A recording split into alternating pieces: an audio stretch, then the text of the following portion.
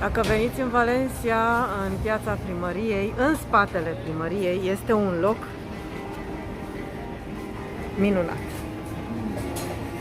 Dulce de Leche se numește și este renumit pentru calitatea produselor. Mai mult mă văd eu. Au atât dulciuri cât și patiserii.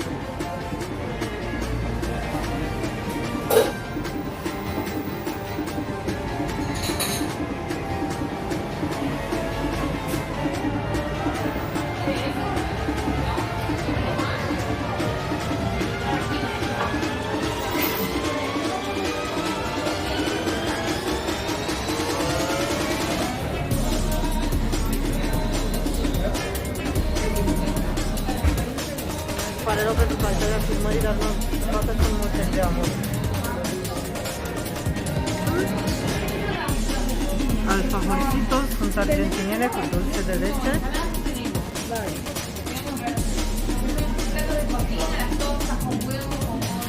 Dulciuri avem încă.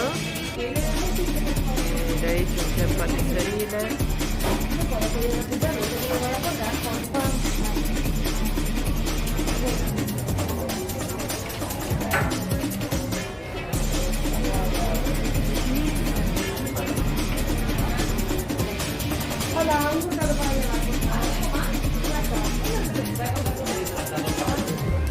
Dulce de leche.